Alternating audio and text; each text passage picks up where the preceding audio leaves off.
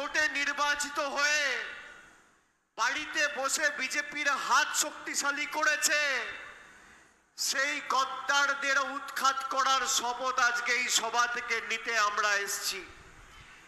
আমি আপনাদের বলবো, গত 5 বছর যিনি সাংসদ ছিলেন মালদা দক্ষিণ লোকসভা কেন্দ্রের, 5 বছরে মালদা দক্ষিণের একটা বুথে একটা মানুষের উন্নয়নের জন্য কোনোদিন তিনি লোকসভায় একটা প্রশ্ন তোলেনি, একটা 10 পয়সার কাজ আনেনি, রাজ্য সরকারের সাথে কথা বলতে চাননি, লোকসভায় কোনো মন্ত্রীর সাথে কোনো নেতার সাথে বাড়তি বৈঠক করে কোভিডের সময় যখন মানুষ অপরিকল্পিত লকডাউনের কারণে বিভিন্ন রাজ্যে আটকে পড়েছিল, তখন মানুষের পাশে দাঁড়িয়ে মানুষের সমস্যা মেটানোর জন্য কোনো তৎপরতা উদ্যোগ নেননি। আমি সেই কারণে আপনাদের বলবো যে একদিকে বিজেপিকে তো আমরা হাঁটাবই। গত বিধানসভা নির্বাচনের নিরিখে মালদা জেলায় এই আসনটির যে 5টি বিধানসভা কেন্দ্র মালদা জেলায় রয়েছে এবং ওদিকে ফারাক্কার শামশেরগঞ্জ সব মেলালে প্রায় 3.5 লাখ ভোটের ব্যবধানে তৃণমূল কংগ্রেস এই আসনটিতে এগিয়ে রয়েছে। আমি আপনাদের বলবো ব্যবধান বাড়াতে হবে এবং আজকের সভা থেকে শপথ নিতে হবে। যারা এলাকা চেনে না, গত পরশুদিন এই লোকসভা কেন্দ্রে ভারতবর্ষের প্রতিরক্ষা মন্ত্রী রাজনাথ সিং সভা করতে এসেছিলেন।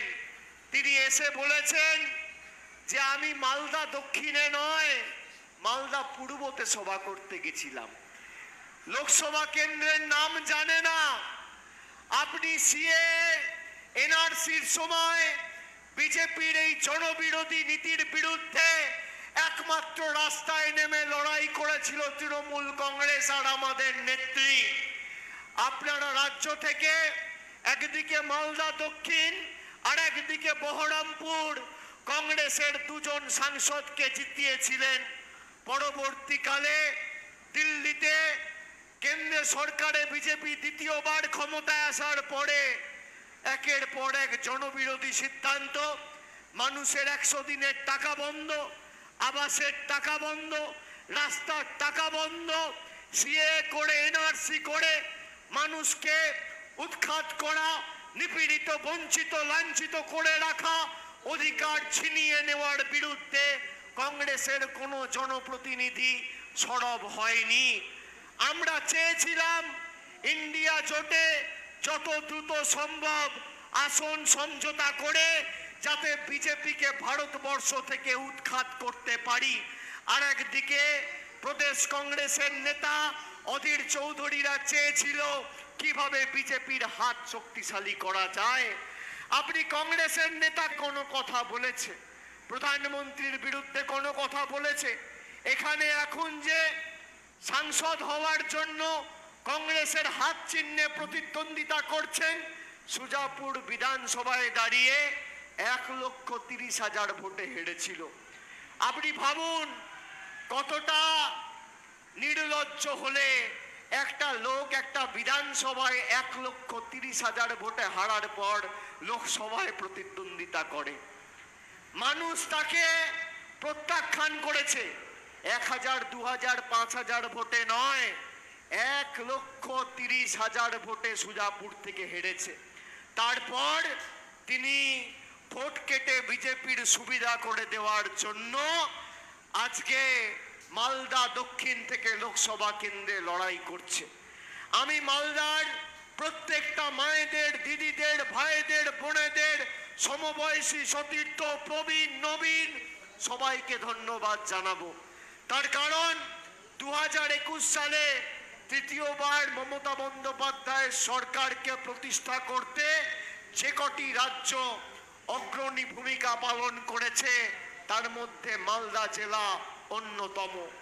এবং এই মালদা দক্ষিণ লোকসভা অন্তর্গত প্রায় ইংলিশ বাজার ছাড়া বাকি 6টা আসনেই, মুর্শিদাবাদের 2টো আর এদিকের 5টার মধ্যে 4টে, 6টা আসনেই আপনারা তৃণমূল কংগ্রেসকে বিপুল ভোটে জয়যুক্ত করেছিলেন। আমি বলবো এই আশীর্বাদ, দোয়া, ভালোবাসা, সমর্থনের হাতটা যেন অব্যাহত থাকে। আর যাই হোক, আমরা এদের কাছে মাথা নত করিনি, আর আগামী দিনও করব না। অনেক চেষ্টা করেছে সিবিআই, ইডি, কেন্দ্রীয় তদন্তকারী সংস্থা, প্যারামিলিটারি ফোর্স, এনআইএ দিয়ে থমকে চমকে তৃণমূল কংগ্রেসকে দমিয়ে রাখতে। কিন্তু তৃণমূল কংগ্রেস বিশুদ্ধ লোহা। একটা লোহায় আপনি যতবার হাতুড়ি মারবেন, যত আঘাত করবেন, যত পোড়াবেন, যত তাতাবেন, যত প্রহার করবেন, সেই লোহা তত শক্তিশালী হয়। তৃণমূল কংগ্রেসও বিশুদ্ধ লোহার মতো। আমি আপনাদের বলি, এত চেষ্টা করেছে, তাও কিন্তু আমাদের দমিয়ে রাখতে পারেনি। আর যাই হোক, আপনাদের আশীর্বাদ সমর্থনকে নিয়ে তৃণমূল কংগ্রেস দিল্লির বুকে যেমন কংগ্রেসের বাংলার নেতারা সমঝোতা করেছে, আমরা আমৃত্যু আপনার সমর্থনকে সামনে রেখে লড়াই করব, বশ্যতা স্বীকার করব না দিল্লির কাছে, আত্মসমর্পণ করব না, মেরুদণ্ড বিক্রি করব না। আমাদের যদি মাথা নত করতে হয়, আমরা সাধারণ মানুষের কাছে করব, খেটে খাওয়া শ্রমিকের কাছে করব, কৃষকের কাছে করব, বাংলার মা ভাইদের কাছে করব, ঈশ্বরের কাছে করব, আল্লাহর কাছে করব, সর্বশক্তিমানের কাছে করব। কিন্তু দিল্লির স্বৈরাচারীদের কাছে, অত্যাচারীদের কাছে, বাংলা বিরোধীদের কাছে, বহিরাগতদের কাছে তৃণমূল কংগ্রেস মাথা নত করবে না। তাই আপনারা নিশ্চিন্তে, নির্দ্বিধায়, মাথা উঁচু করে আগামী 7 তারিখ শাহনওয়াজকে ঘাসের উপর জোড়া ফুল চিহ্নে ভোট দিয়ে 3 লক্ষের বেশি ব্যবধানে জেতানোর শপথ আজকে এই সভা থেকে নেবেন।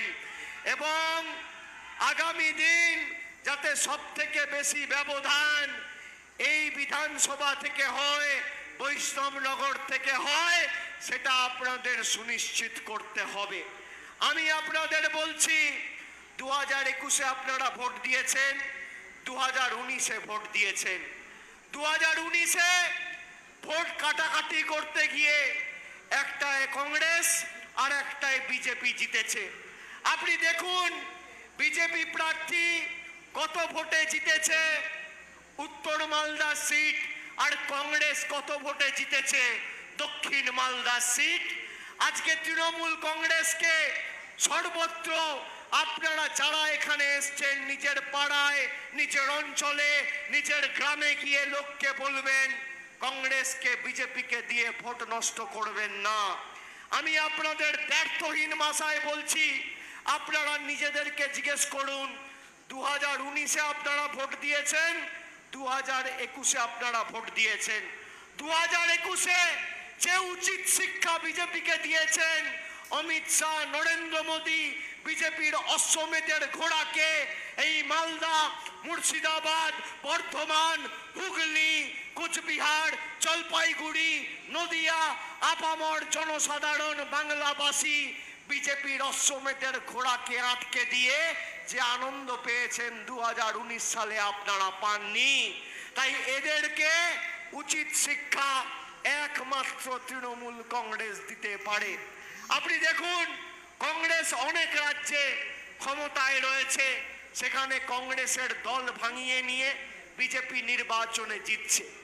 আমাদের দল ভাঙাতে এসেছিল 2021 সালে, কি হলো? লবডঙ্কা। যে কটা গেছিল লাইন দিয়ে সুরসুর করে আবার পরের দিন ফিরে এসছে। আর তাদেরকেও সবাইকে নিয়ে যে পাপের প্রায়শ্চিত্ত করবে, তারপর দলে জায়গা পাবে। বিজেপি যে ভাষায় বোঝে সে ভাষায় তৃণমূল কংগ্রেস জবাব দিতে জানে। বিজেপি তৃণমূল কংগ্রেসের একটা বিধায়ক ভাঙলে আমরা এদের 4টে ভাঙতে জানি। একটা সংসদ ভাঙলে আমরা চারটে ভাঙতে জানি। প্রয়োজনে দেব মোরা এক নদী রক্ত, হোক না পথের বাধা প্রস্তুর শক্ত। অবিরাম লড়াইয়ের চির সংঘর্ষে একদিন সে পাহাড় টলবে, জনতার সংগ্রাম চলবে। আগামী 4 তারিখ ভোট বাক্স খুলবে। আপনি লিখে রাখুন, এই স্বৈরাচারী সরকারের পতন খালি সময়ের অপেক্ষা।